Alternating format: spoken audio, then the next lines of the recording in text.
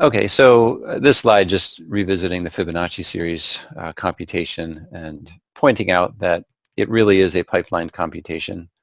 We can give ourselves explicitly the context of a pipeline with explicit staging. It's the same logic, and in fact, when we did not have that explicit pipeline and had the statement outside of pipeline context, that just means it's falling into a default pipeline. So it's really the same thing. We're just being explicit here about the pipeline. Okay, so now relating this pipeline concept to the Warp-5 model, where we are parameterizing the staging of our logic. We can parameterize, instead of providing hard-coded numbers for our pipe stages, we can provide parameters that we can define and provide to our model. So we do fetch logic in the fetch stage, decode logic in the decode stage, execute and execute stage, and then we provide parameters. So if we want those over 3 cycles, we can provide stages of 1, 2, and 3. If we want those all implemented in a slow clock design, all in the same cycle, we just provide them with the same stage. And so that's how we are able to get a flexible pipeline, representing that in the block diagram form for the Warp-5 CPU. These vertical lines are possible stage boundaries. So based on your parameters, you may or may not have a cycle boundary, a stage boundary at these points in the pipeline. And then the memory pipeline, likewise, you can configure how deep the memory pipeline is. Any questions about pipelining? Like if we add more pipelines, we can operate more instructions per second, right? That wouldn't necessarily be more pipelines depending how you're implementing it, but it might be more instructions within the pipeline. Okay, let me ask another one. Like if you, let's say initially the logic is taking some 40 PS. Now we have pipeline such that it takes only 2 PS. Mm-hmm.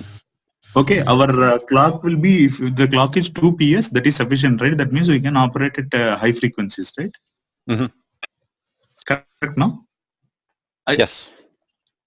Okay, is there any disadvantage by doing like this? Like, let's say still I will go from 1 PS and 2 PS and I will pipeline till 1 PS. So that my frequency of operation will be very fast. Is that fine, yes, or can we do like that, or any disadvantages is there in that? Yeah, so the disadvantages are what I illustrated in the earlier slides, that when you deeply pipeline your operations, so in the case of the RISC-V design, you're deeply pipelining the instructions. Where there are interactions between those instructions, now you're introducing potential hazards that you have to deal with. Okay. Okay. Yeah. And there's also a little bit of overhead of just getting the signal through the flop. So, doubling your frequency is not going to double your performance because you're losing a little bit on setup and hold to get through the flop. And you also have the fact that when you double your clock frequency and you have twice as many or potentially even more flops to deal with, you have the additional design overhead of creating those flip-flops at appropriate boundaries, right? Anytime you can't optimally place your flip-flop, you're losing some of your cycle, right? So when you have to place twice as many flops along the path, there's twice as much opportunity to not be able to do it optimally. So at a high level, double the clock, double the performance, but then you have to consider all these various factors. And there's also, you're creating more power.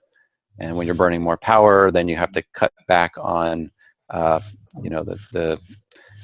get that power back, you might have to run at a lower voltage point, in which case your flops are slower. So there's a lot of trade-offs that play into it that take away from the ideal double your clock, double the performance kind of Yes. equation. I have a question, Steve. So how do you manage branching in TL? So the concept of a branch is an instruction set architecture concept. So I guess to answer that question, I'll jump back to the earlier slides. Relating that question to this block diagram, the logic that's dealing with the branch is, this is the adder for the branch target calculation. So we've got our PC that we fetched, and a couple cycles later, we're able to compute the target. We can't see the pointer. Thank you. Sorry, it's going to drive me crazy. So we've got our adder here for the target. So we have our PC marching along the pipeline. We figure out we're a branch. We have the immediate value to add to the PC to figure out our branch target. And we recycle that. Once we know that we've mispredicted, which happens up in here during execution, we redirect our PC to that target. Was that the nature of the question? Yes. Okay. All right, so let me continue on to the next topic. So we've created some pipelines. And the next topic is validity. So, if we've created our Pythagorean theorem computation pipeline to be able to compute distances, it's unlikely that we're able to build machinery that's utilizing that logic every cycle. Most likely, most of the time, it's sitting idle, and then whenever comes along the need to compute a distance, we will send a transaction or do a computation in that pipeline.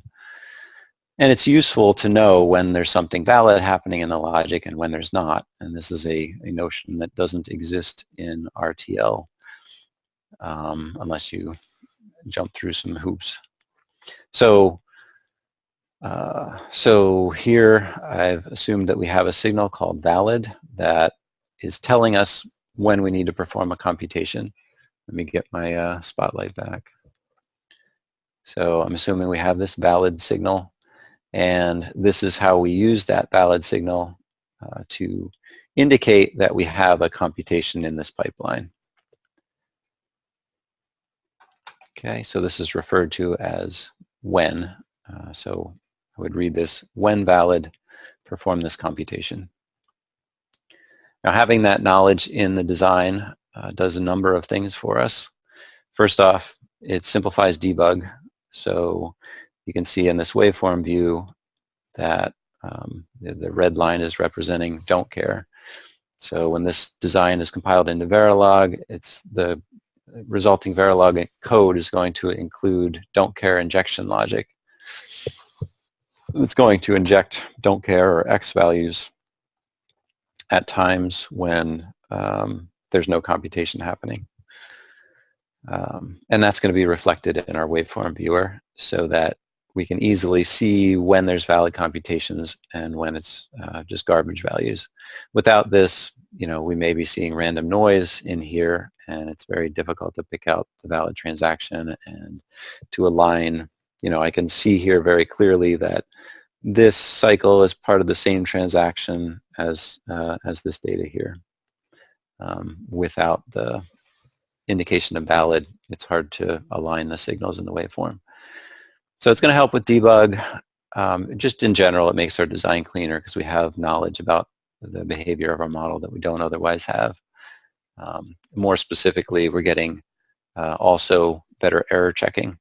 So by injecting these X's, if I inadvertently consume a value that is supposed to be garbage, instead of just consuming a random value, which may or may not result in a recognizable error, I'm going to explicitly consume the X, and that don't care will propagate, and I can recognize the source of that don't care. And the next benefit is that we can use this knowledge to automatically provide clock gating logic.